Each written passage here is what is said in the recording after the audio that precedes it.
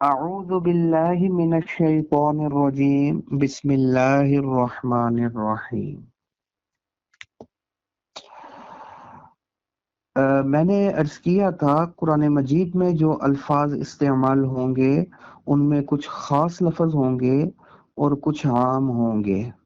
خاص کی تعریف ہم نے پڑھ لی، خاص کی قسمیں بھی ہم نے پڑھ لی، خاص کا حکم بھی کل ہم نے پڑھ لیا تھا۔ خاص الفاظ جو قرآن مجید میں استعمال ہوں ان کا حکم کیا ہے وہ میں نے عرض کیا تھا کہ اس کتاب اللہ کے خاص پر عمل کرنا واجب ہے، قطعی طور پر اس کو چھوڑنے کی بھی گنجائش نہیں ہے اور کمی بیشی کی بھی گنجائش نہیں ہے، پورے خاص پر عمل کرنا ضروری ہے۔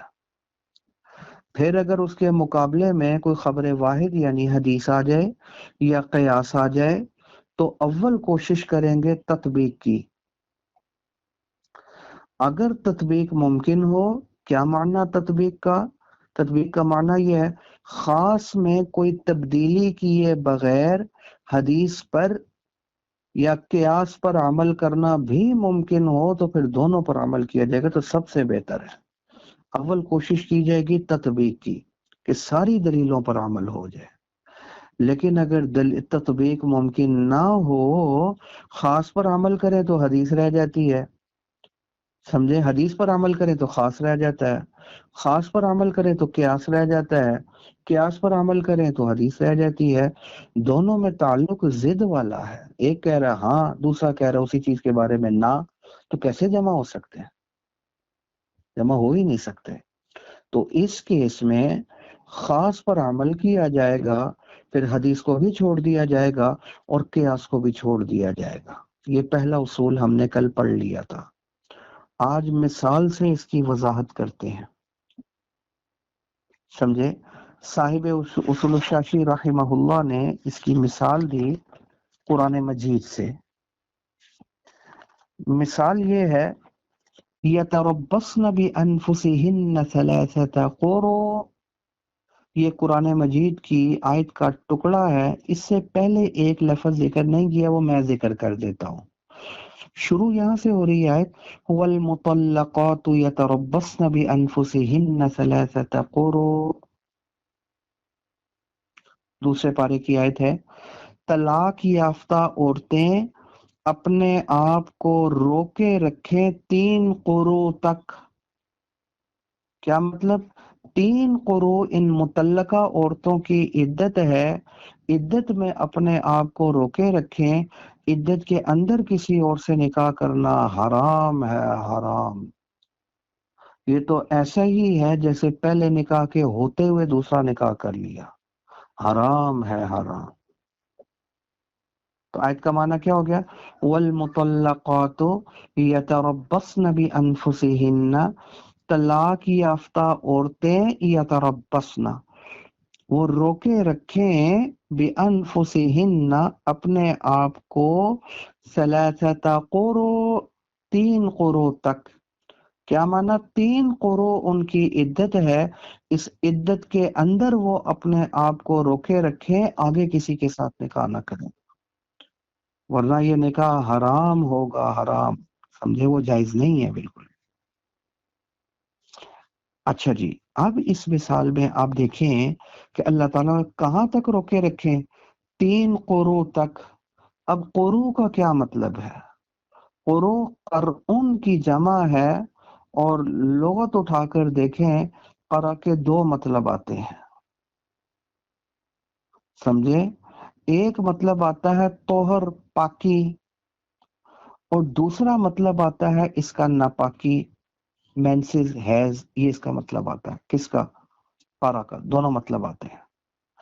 اب 3 قروء تک روکے رکھیں، 3 ناپاکیاں روکے رکھیں، 3 حیض رکی رہیں، یا پھر 3 طہر گزاریں، عدت 3 طہر ہیں یا 3 ناپاکیاں ہیں، اور اس کے معنی دونوں آتے ہیں۔ اب یہاں کیا مراد ہے، اس میں اختلاف ہو گیا۔ امام شافعی رحمت اللہ علیہ فرماتے ہیں ثلاثۃ قروء، قروء سے مراد یہاں پر پاکی ہے، طہر مراد ہے، حیض مراد نہیں۔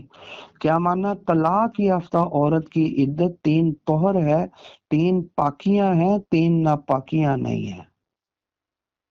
وہ کہتے ہیں یہ مراد ہے۔ سوال پر دلیل، کیونکہ دلیل کے بغیر تو کوئی دعویٰ معتبر نہیں ہوتا۔ کہتے ہیں سنو دلیل میری، سمجھے؟ اصول فقہ پڑھے، میں نے کہا دلائل سے بحث ہوگی نا۔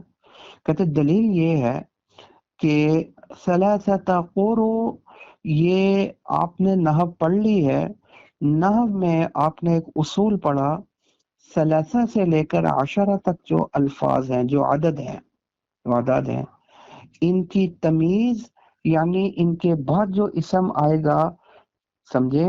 جو ان کے بعد اسم آتا ہے نا، وہ کہلاتی ہے تمیز، سمجھے؟ اس تمیز کے اندر 3 چیزوں کا ہونا ضروری ہے۔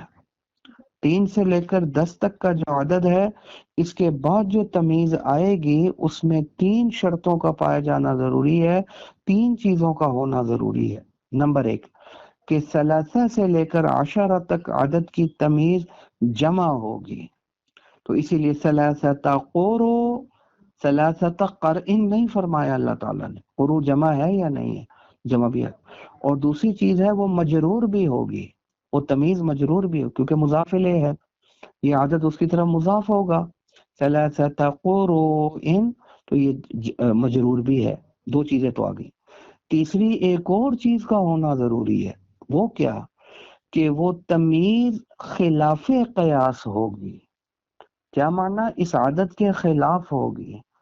کیا معنی؟ عدد اگر مذکر ہے تو بعد میں آنے والی تمیز مؤنث ہوگی، یہ اگر مؤنث ہے تو وہ مذکر ہوگی، سمجھے؟ ثلاثۃ رجال بولیں گے، حالانکہ رجال مذکر ہے، تو عدد کیا بولا؟ ثلاثۃ، اس کا الٹ۔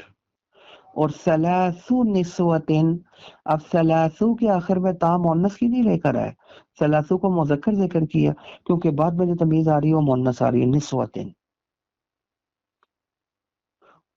والذین یتوفون یتربصن بانفسہن 4 اشہر، قرآن مجید کیا کہہ رہا ہے؟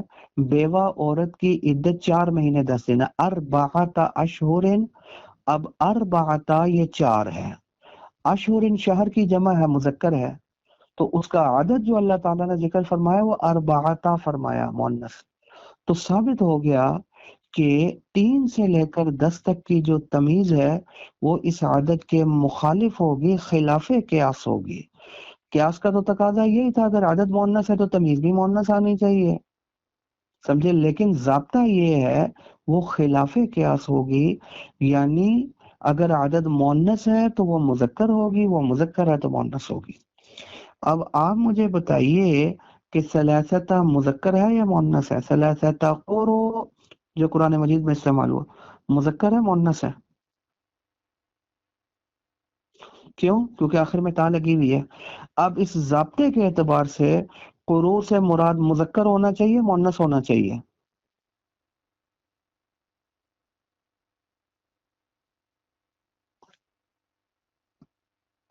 مذکر ہونا چاہیے، کیونکہ میں نے کہا یہ 3 سے لے کر 10 تک عدد کی تمیز اس کے خلاف آئے گی، یہ مؤنث ہے تو وہ تو ثلاثت جب مؤنث ہے تو پھر قروء مذکر ہونا چاہیے۔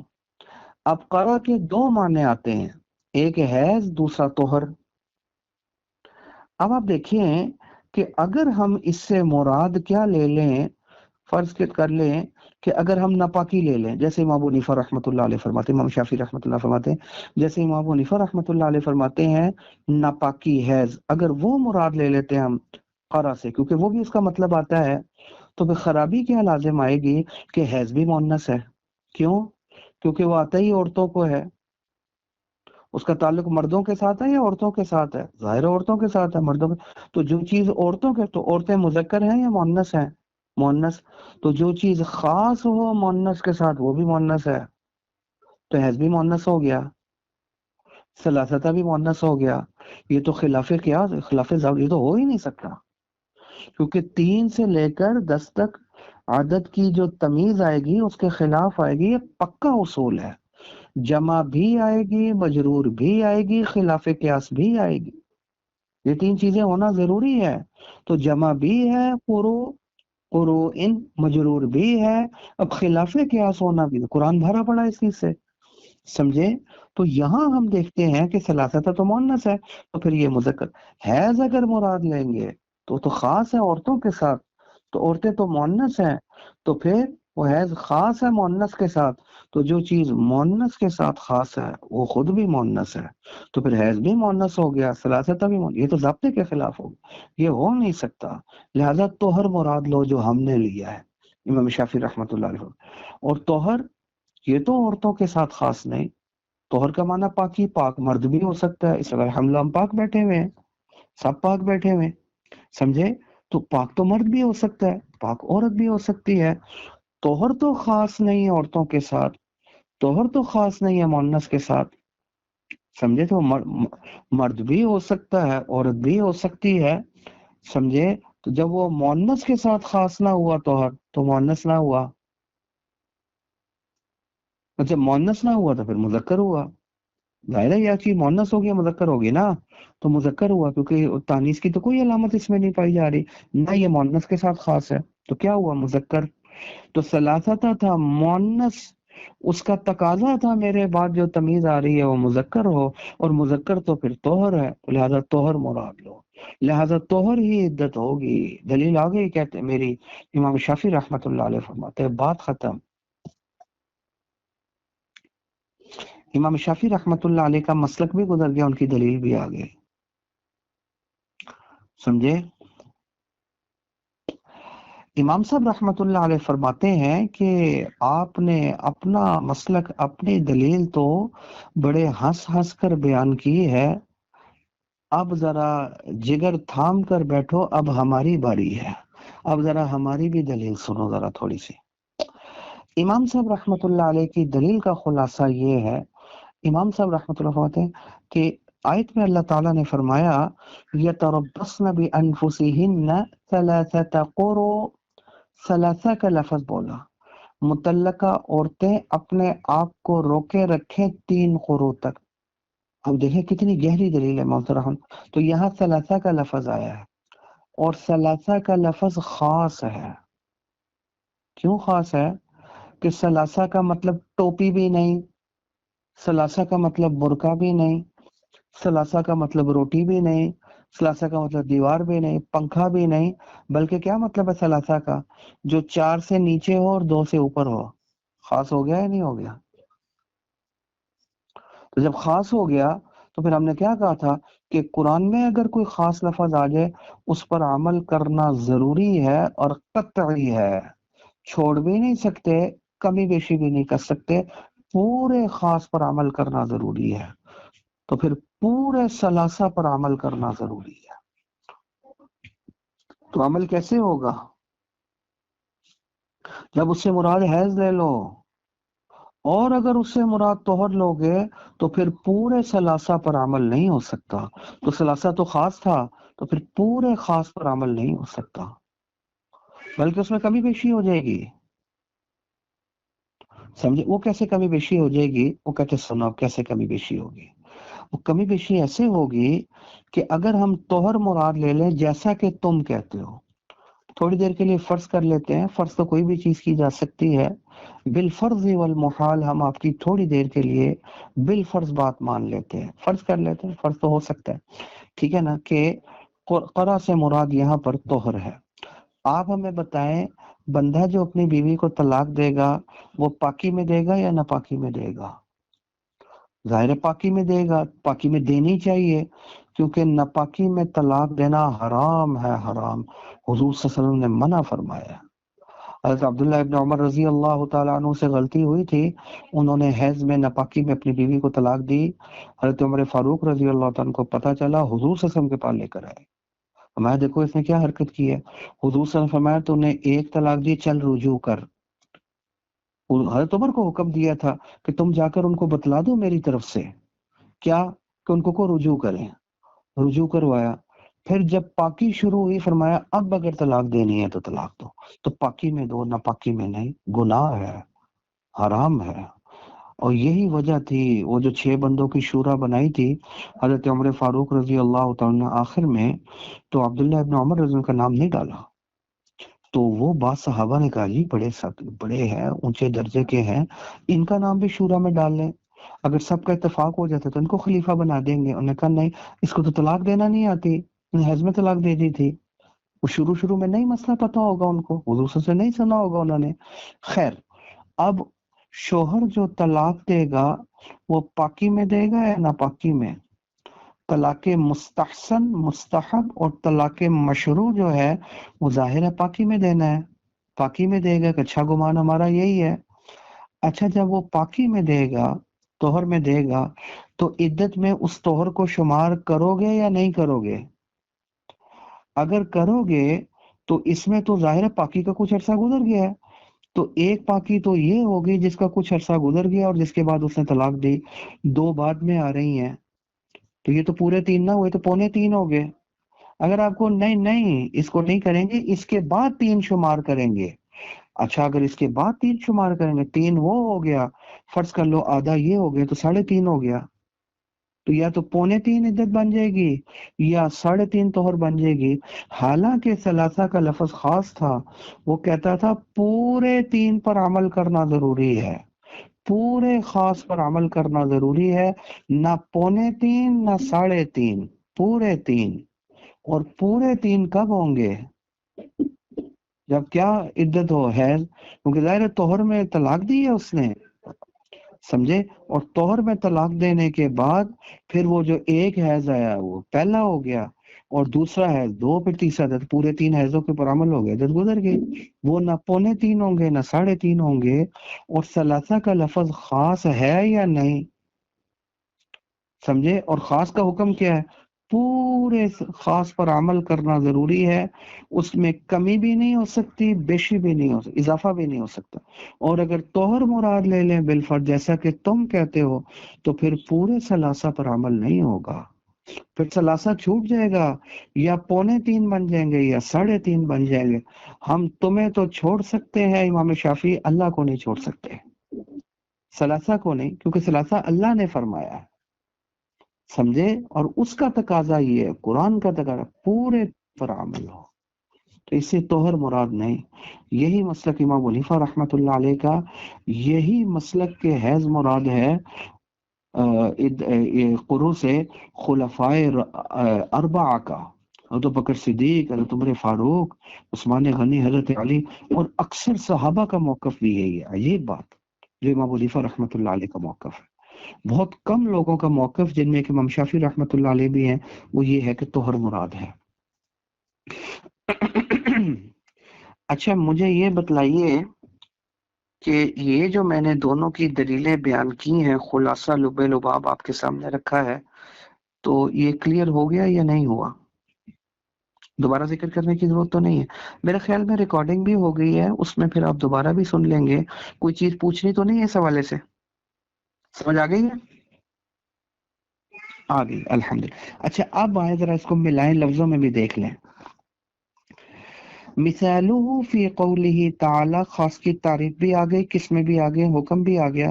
اب اس مثالہ، وہ ضمیر کدھر جا رہی ہے؟ خاص کی طرف۔ اس خاص کی مثال فی قولہ تعالی، اللہ تعالی کے قول میں تلاش کرتے ہیں، تو وہ ملی ہمیں کیا؟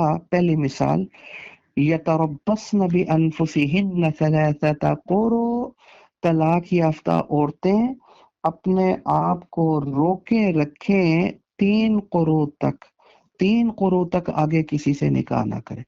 اب قروء قرء کی جمع، اس کا معنی طہر بھی ہے اور اس کا معنی حیض بھی ہے، تو یہاں کیا مراد ہے؟ تو ہمارے نزدیک یہاں مراد حیض ہے۔ کیوں؟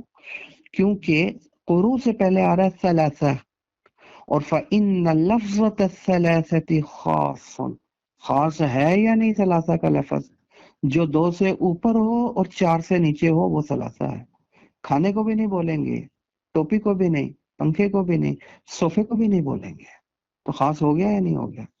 فَإِنَّ لَفْظَةَ الثَّلَاثَةِ خاصٌ، ثلاثہ کا لفظ خاص ہے، فی تعریف عدد معلوم، عدد معلوم کی تعریف میں اگر دیکھا جائے تو خاص، ثلاثہ کا لفظ خاص ہے۔ وہ عدد کی تعریف کیا ہے؟ جو 4 سے نیچے ہو، 2 سے اوپر ہو، وہ ثلاثہ ہے، تو خاص ہو گیا۔ تو جب خاص ہو گیا تو خاص کا حکم تو ہم نے پڑھا تھا کہ خاص کے اوپر عمل کرنا واجب ہے، وہ چھوڑ بھی نہیں سکتے۔ واجب کا کیا معنی؟ نہ اس خاص کو چھوڑ سکتے ہیں، نہ اس میں کمی بیشی کر سکتے ہیں۔ جب ثلاثہ خاص ہو گیا، ثابت ہو گیا کہ خاص ہے، تو لہذا پھر فیجب العمل بھی، اس پر عمل کرنا واجب ہے۔ واجب کیا معنی؟ چھوڑ بھی نہیں سکتے۔ واجب کا کیا معنی؟ نہ ہم چھوڑ سکتے ہیں، نہ ہم کمی بیشی کر سکتے ہیں۔ یہی ہو گیا نا، پورے ثلاثہ پر عمل کرنا ضروری۔ اچھا یہ ہو گیا، جب معاملہ یہ ہو گیا تو پھر اگر ہم بالفرض امام شافعی رحمۃ اللہ علیہ کی بات مانتے ہیں، پھر بڑی گڑبڑ ہو جائے گی۔ وَلَوْ حُمِلَ الْأَقْرَاءُ، اگر یہ قروء سے کو محمول کیا جائے، عَلَى الْأَطْهَارِ، طہر پر، پاکی پر، یعنی قروء سے مراد اگر پاکی لے لی جائے، طہر لے لی جائے، جیسا کہ کون کہتا ہے؟ کما ذهب الیہ الشافعی رحمہ اللہ، جیسے امام شافعی رحمۃ اللہ علیہ جس بات کی طرف گئے ہیں، اگر وہ مراد لے لیں بالفرض۔ اچھا وہ کیوں مراد لیں؟ سمجھے؟ اس وجہ سے کہ وہ کہتے ہیں میرے پاس دلیل موجود ہے۔ اگر ہم امام شافعی رحمۃ اللہ علیہ کی بات مان لیں بے اعتباری، اس وجہ سے کہ وہ یہ فرماتے ہیں کہ ان الطہر مذکر، کہ طہر کا لفظ مذکر ہے، دون الحیض، حیض کا لفظ مؤنث، یہ تو مؤنث ہے، سمجھے؟ اور اب وقد ورد الکتاب، اور قرآن مجید میں کتاب اللہ کے اندر وقد ورد الکتاب فی الجمع، کتاب اللہ وارد ہوئی ہے جمع میں۔ جمع سے مراد یہ ثلاثہ، تین سے ہی جمع شروع ہوتی ہے نا، تو اللہ تعالیٰ کے قرآن میں کتاب کے اندر ثلاثہ کا لفظ آیا مؤنث، تو کتاب وارد ہوئی ہے جمع میں، یعنی ثلاثہ کے لفظ میں لفظ تانیث کے ساتھ، یعنی اللہ نے ثلاثہ کو مؤنث ذکر فرمایا، ثلاثہ۔ تو جب یہ مؤنث ہے تو اس کی تمیز کیسی آنی چاہیے؟ مذکر۔ اصول یہ ہے کہ 3 سے لے کر 10 تک عدد اگر مؤنث ہے تو تمیز مذکر، مذکر ہے تو تمیز مؤنث، تو ثلاثہ کو تو اللہ نے مؤنث ذکر فرمایا ہے۔ وقد ورد الکتاب فی الجمع، جمع سے مراد وہی ثلاثہ کے اندر کتاب اللہ وارد ہوئی ہے لفظ تانیث کے ساتھ، یعنی اللہ نے اس کو مؤنث ذکر فرمایا ہے۔ تو جب ثلاثہ مؤنث آیا ہے قرآن مجید میں، دلہ، یہ دلیل ہے، یہ ثلاثہ کا مؤنث آنا یہ دلیل ہے، اور یہ دلالت کرتا ہے، دلہ یہ دلالت کرتا ہے علی انہ جمع المذکر، کہ علی انہ جمع المذکری، کے بعد میں جو قروء آ رہا ہے وہ مذکر کی جمع ہے، طہر کی جمع ہے قروء، حیض کی جمع اس کو مراد نہ لینا، کیونکہ ثلاثہ تو جو مؤنث ہے، یہ مؤنث ہے تو پھر وہ مذکر ہونا چاہیے، اصول ضابطہ یہی ہے۔ تو مذکر کی جمع ہے قروء، جمع ہے نا، تو مذکر کی جمع ہے، اور مذکر حیض ہے یا طہر ہے؟ وَهُوَ الطَّهْرُ، تو وہ طہر ہے، لہذا ثلاثہ تا چاہتا ہے میرے بعد طہر مراد لو، حیض نہیں، کیونکہ دو ہی تو مطلب آتے ہیں قروء کے، یا حیض یا طہر، تو وہ تو ہو نہیں سکتا کیونکہ مؤنث ہے، تو پھر مذکر ہی مراد لے لو، وہ کیا؟ طہر ہے، سمجھے؟ تو کہنے اگر یہ بات اب امام شافعی رحمۃ اللہ علیہ کی مان لینا تو پھر ایک بڑی خرابی لازم آئے گی۔ وہ خرابی کیا لازم آئے گی؟ لزم ترک العمل بهذا الخاص، اس خاص پر عمل کا ترک لازم آئے گا، حالانکہ خاص پر عمل کرنا واجب تھا، نہ چھوڑ سکتے تھے نہ کمی بیشی کر سکتے تھے۔ امام شافعی رحمۃ اللہ علیہ کی بات مان لیں تو جس طہر میں طلاق دی ہے اس کا کچھ حصہ تو گزر ہی گیا ہوگا نا، چلو کچھ نہ بھی گزرا تو منٹ تو گزر ہی گیا ہوگا، پورا طہر تو نہ آیا، تو ثلاثہ تو خاص تھا۔ وہ کہتا ہے پورے ثلاثہ پر ایک سیکنڈ کی بھی کمی بیشی نہیں ہو سکتی، پورے ثلاثہ پر عمل کرنا واجب، کیونکہ خاص ہے اور پورے خاص پر عمل کرنا ضرور۔ اور امام شافعی رحمۃ اللہ علیہ،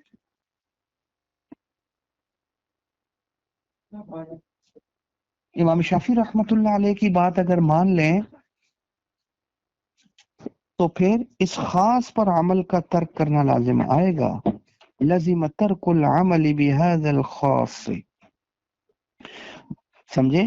وہ کیسے خاص پر عمل کا ترک کرنا لازم آئے گا؟ وہ ایسے، لأن من حملہ، لأن کا معنی اس لیے کہ من حملہ علی الطہر، جس شخص نے، جیسے کہ امام شافعی رحمۃ اللہ علیہ نے قرا کو محمول کیا ہے طہر کے اوپر، وہ کہتے ہیں سے مراد پاکی ہے، 3 پاکیاں عدت ہے، تو پھر وہ لا یوجب ثلاثۃ اطہار، وہ 3 طہر ثابت کر ہی نہیں سکتے، یا 2.25 ہو جائیں گے یا 3.5 ہو جائیں گے، یا ایک طور کا کچھ نہ کچھ حصہ گزر ہی چکا ہوگا، پورے 3 وہ ثابت کر ہی نہیں سکتے، یا 2.25 یا 3.5، حالانکہ پورے خاص پر عمل کرنا ضروری تھا، وہ 3 طہر ثابت نہیں کر سکتے، بلکہ وہ کیا کریں گے، بل طہرین، 2 طہر تو ان کے پورے آ جائیں گے، وہ بعض الثالث، اور تیسرے طہر کا کچھ حصہ آئے گا، کیونکہ وہ اس تیسرے طور کو عدت میں شمار کرتے ہیں، تو تیسرے کا کچھ آ گیا اور 2 پورے آ گئے تو 2.25، تو پورے 3 تو نہ آئے، حالانکہ وہ خاص تھا، وہ کہتا کمی بیشی ہو نہیں سکتی، پورے خاص پر عمل کرنا ضروری ہے، سمجھے؟ کون سے تیسرے کا باز آئے گا؟ وَهُوَ الَّذِي وَقَعَ فِيهِ، اس طہر کا باز آئے گا جس میں طلاق واقع ہوئی، اس کا باز حصہ آ جائے گا، تو پھر تو 2.25 بن گئے، حالانکہ خاص تھا ثلاثہ کا، وہ کہتا ہے میرے پر عمل کرنا واجب ہے، پورے خاص پر عمل کرنا واجب، کمی بیشی یہ ماننا ہے واجب کا، سمجھے؟ امید ہے کہ آج کا سبق آپ کی سمجھ میں آ چکا ہوگا، اس حوالے سے اگر کوئی اشکال ہو یا کوئی بات آپ نے پوچھنی ہو تو اب آپ پوچھ سکتے ہیں میرے سے۔ جی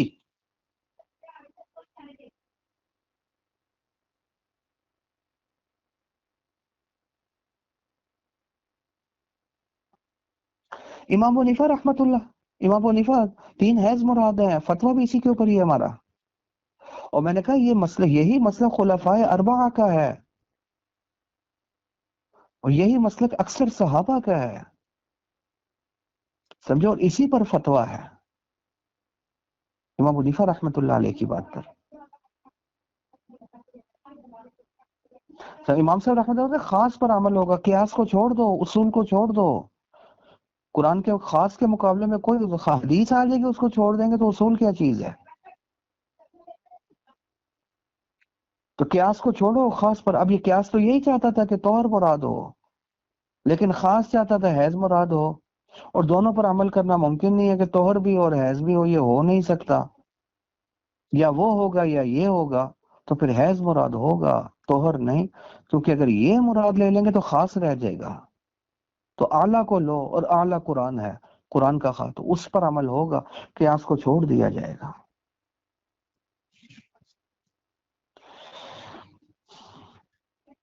سمجھ آگے، کلیئر ہو گئی بات؟ یہ آپ نے بار بار سننا ہے، میں آپ سے بار بار ذکر کر چکا، میں پھر دوبارہ ایک دفعہ ذکر کر دیتا ہوں، لازماً آپ اپنی ٹولیاں بنا لیں، 2 2 3 3 لڑکیوں کی، یا جیسے بھی مناسب ہو، اور اس کا تکرار لازماً کریں، کیونکہ جیسے جیسے ہم آگے جائیں گے بڑھتا جائے گا، اور اتنا اتنا دوبارہ پیچھے آ کر اس کو کرنا آپ کے لیے مشکل ہوتا جائے گا، اور یہ بڑی سمجھنے والی کتاب ہے، آپ نے دیکھ ہی لیا، بہترین کتاب ہے، یہ اگر سمجھ آ گئی پھر فقہ میں کہیں مار نہیں پڑتی آپ کو، یہ تو بنیاد ہے فقہ کے دلائل، اصول فقہ۔ کلیئر ہو گئی بات؟ اگر کوئی چیز رہ جائے تو پھر آپ نے میرے سے پوچھ لینی ہے۔ جی، هذا هو المرام واللہ اعلم بحقیقت الکلام۔